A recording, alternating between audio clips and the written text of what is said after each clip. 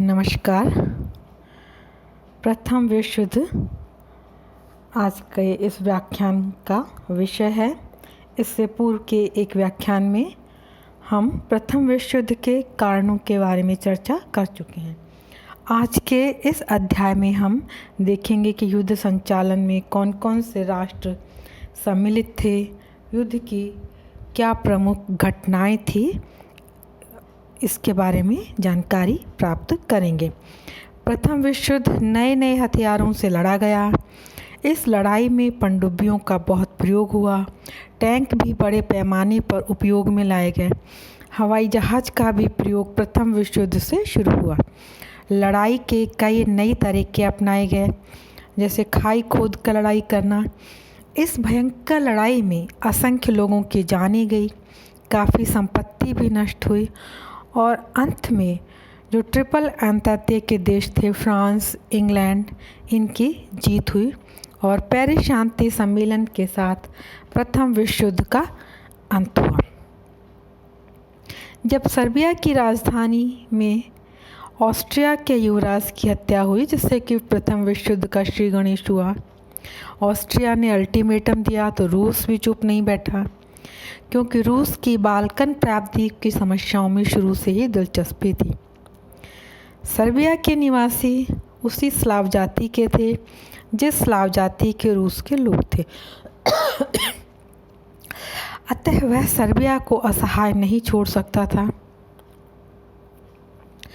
रूस यह चाहता था कि इस मामले में सभी यूरोप की शक्तियाँ, उसने ऑस्ट्रिया को कहा कि वह इस मामले को यूरोप की सभी शक्तियों के सम्मुख रखे, लेकिन ऑस्ट्रिया इस बात के लिए तैयार नहीं हुआ और जर्मनी जो है वो ऑस्ट्रिया के समर्थन पर था। इस पर रूस ने अपनी फौजें एकत्र करनी शुरू कर दी।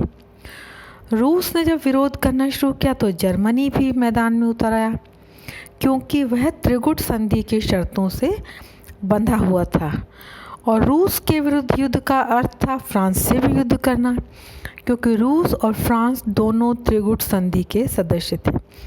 इंग्लैंड को भी त्रिगुट संघ के सदस्य होने के नाते युद्ध में सम्मिलित होना पड़ा। जर्मनी फ्रांस पर आक्रमण करने के लिए बेल्जियम से स्वतंत्र मार्ग मांगता है। बेल्जियम तटस्थ देश था। बेल्जियम ने अस्वीकार कर दिया। इस पर जर्मनी ने उस पर आक्रमण कर दिया। उसकी रक्षा के लिए इंग्लैंड को मैदान में आना पड़ा। दूसरा कारण यह था कि इंग्लैंड नहीं चाहता था कि उसके सामने के दूसरे तट पर किसी सशक्त राष्ट्र का अधिकार हो। बेल्जियम पर जर्मनी के अधिकार होने से इंग्लैंड के सामने यूरोपीय समुद्री तट पर जर्मनी डट जाता। इन कारणों से इंग्लैंड को युद्ध में भाग लेना पड़ा। इटली ने युद्ध में किसी का साथ नहीं दिया। यद्यपि वह त्रिगुट संघ का सदस्य था, फिर भी उसने घोषित किया कि उसके साथी रक्षात्मक युद्ध नहीं कर रहे हैं, अतः वह युद्ध से अलग रहा। लेकिन कुछ समय के बाद 1915 ईस्वी में वह इंग्लैंड, फ्रांस और रूस की ओर से मैदान में आ गया। कुछ अन्य राष्ट्र भी युद्ध में सम्मिलित हो गए। नवंबर 1914 में जापान जर्मनी के विरुद्ध युद्ध में कूद पड़ा। तुर्की जर्मनी और ऑस्ट्रिया के पक्ष से युद्ध में आ गया। 1917 में संयुक्त राज्य अमेरिका भी जर्मनी और ऑस्ट्रिया के विरुद्ध युद्ध में सम्मिलित हो गया। बुल्गारिया ने जर्मनी का साथ दिया। मॉन्टेनीग्रो ने ऑस्ट्रिया के विरुद्ध युद्ध की घोषणा की। कुछ ही समय में लाइबेरिया, चीन तथा दक्षिणी अमेरिका के बहुत से राज्य युद्ध भूमि में उतर पड़े। इस प्रकार संसार के प्राय सभी देश किसी न किसी रूप में युद्ध में संलग्न हो गए। जर्मनी ने बेल्जियम पर सर्वप्रथम आक्रमण किया। बेल्जियम के निवासियों ने बड़ी वीरता से जर्मन फौजों का सामना किया, लेकिन जर्मन सेना की संख्या अधिक होने के कारण वे जर्मनों से पराजित हो गए और 20 अगस्त 1914 को बेल्जियम की राजधानी ब्रुसेल्स पर जर्मनी का अधिकार हो गया। जर्मन सैनिकों ने इसके पश्चात तीन ओर से फ्रांस पर आक्रमण किया। फ्रांसीसी फौजों ने उनका सामना किया, लेकिन जर्मन सेना के सामने उनका टिकना मुश्किल हो गया। शीघ्र ही जर्मन फौजें पेरिस से 15 मील की दूरी पर पहुंच गई। इस समय फ्रांसीसी सरकार का केंद्र बोर्दो में स्थापित हो गया। जर्मन सेना वॉन क्लक के नेतृत्व में फ्रांस में मोर्न नदी तक पहुंच गई। मित्र राष्ट्र की सेना जनरल जाफरे के नेतृत्व में लड़ रही थी। जर्मन सेना की तीव्र प्रगति के कारण उसकी सभी सेनाएं अस्त व्यस्त हो गई। इस मौके से जनरल फॉच ने लाभ उठाया। उसने जर्मनी की अगली और उसकी पिछले वाली सेना में बहुत बड़ा अंतर ला दिया। लाचार होकर जर्मन फौजों को पीछे हटना पड़ा। मोर्न नदी के युद्ध से फ्रांस की रक्षा हो गई और मित्र राष्ट्रों को अपनी सैन्य योजना के लिए समय मिल गया। फ्रांस में जब जर्मनी को शीघ्र सफलता नहीं मिली तो उसने बेल्जियम पर पूरी तरह से अधिकार कर लिया। यहाँ से उसने कैले की ओर बढ़ने की योजना बनाई ताकि वह इंग्लिश चैनल को पार करके इंग्लैंड पर आक्रमण कर सके, लेकिन फ्रांस और इंग्लैंड की संयुक्त सेना ने जर्मनी की प्रगति रोक दी।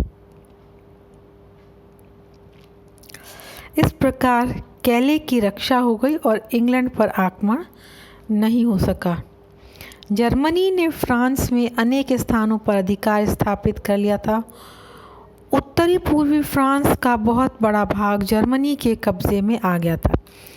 यह भाग धन धान्य से परिपूर्ण था। दोनों ओर की सेनाएं मैदान में डटी रही।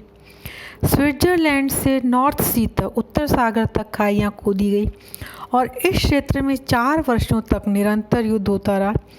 न तो जर्मन सेनाएं पीछे हटी और न ही मित्र राष्ट्रों की फौजें आगे बढ़ी।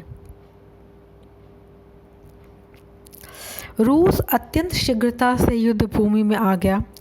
उसने पूर्वी प्रशा पर आक्रमण कर दिया, लेकिन हिंडेनबर्ग ने रूस को टैनिमबर्ग की लड़ाई में पराजित कर दिया और रूसी फौजों को जर्मनी से खदेड़ दिया। ऑस्ट्रिया के विरुद्ध रूस को अधिक सफलता मिली। रूस ने गलेशिया, कारपेथियन पहाड़ी पर कब्जा कर लिया, जहाँ से ये हंगरी पर सुगमता से आक्रमण कर सकते थे। यहाँ जर्मनी ने ऑस्ट्रिया की सहायता की। रूसी फौजें गलेशिया से खदेड़ दी गई और वारसा, जो कि अब पोलैंड की राजधानी है, पर जर्मनी का अधिकार हो गया। इसके बाद उसने रूस की सीमा के अंदर उत्तर से दक्षिण तक एक सैनिक पंक्ति खड़ी कर दी। जर्मनी का पक्ष लेकर तुर्की भी मैदान में आ गया था। तुर्की मुस्लिम देशों का धर्मगुरु माना जाता था। उसने मित्र राष्ट्रों के विरुद्ध मुसलमानों से अपील की, लेकिन अंग्रेज़ों ने मुस्लिम प्रदेशों को तुर्की के विरुद्ध उभारना शुरू किया। मिस्र में स्वतंत्र राज्य स्थापित कर अंग्रेज़ों ने वहाँ के सुल्तान से संधि कर ली।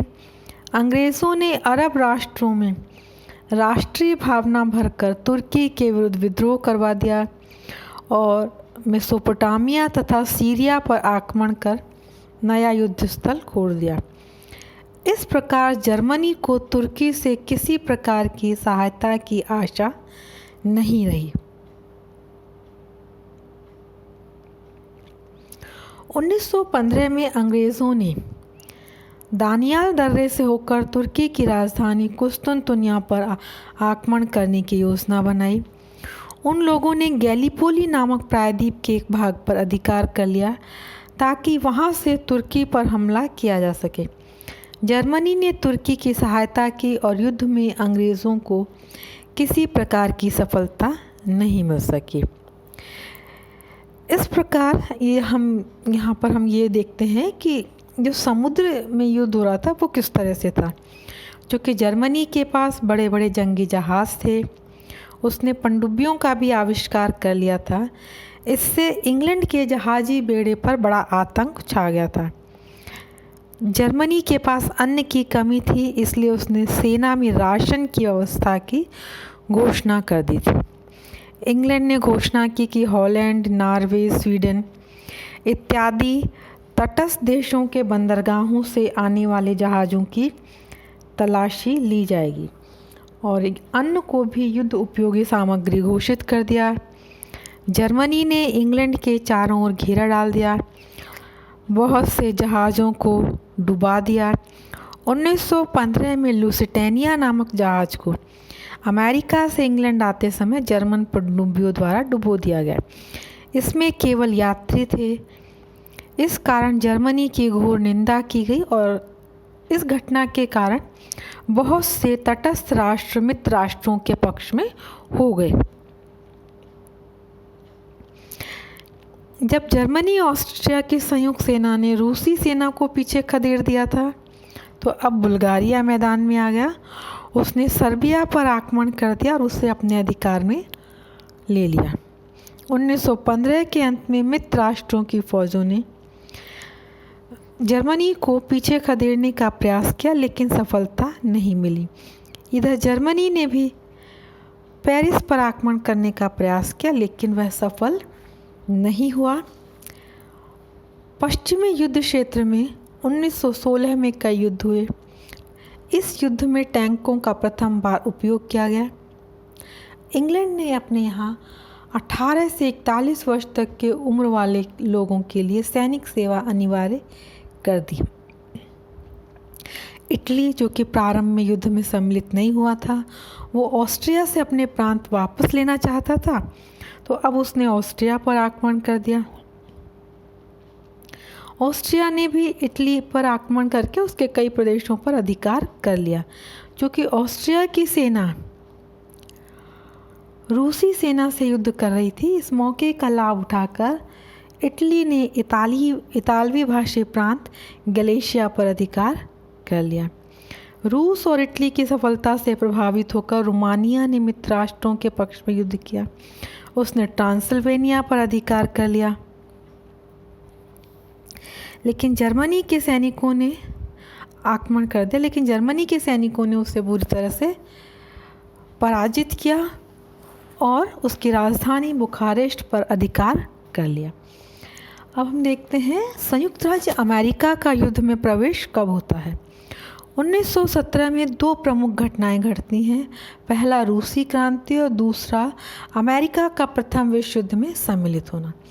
रूसी क्रांति के फलस्वरूप रूस का सम्राट, जिसे जार कहा जाता था, परिवार सहित उसकी हत्या हो गई और रूस का शासन बोल्शेविकों के हाथ में आ गया। वे लोग युद्ध से अलग हो गए। उन लोगों ने जर्मनी से ब्रेस्ट लिटोवस की संधि कर ली। संधि के परिणाम स्वरूप उन्होंने अपने बहुत सारे पश्चिमी प्रांत जर्मनी को दे दिए। फलस्वरूप जर्मनी बहुत ही सुदृढ़ हो गया और उसने अपनी सेनाएं पश्चिमी मोर्चे पर भेज दी। इससे मित्र राष्ट्रों की स्थिति बड़े संकट में पड़ गई। लेकिन अमेरिका के युद्ध में प्रवेश करने से मित्र राष्ट्रों को बहुत लाभ हुआ।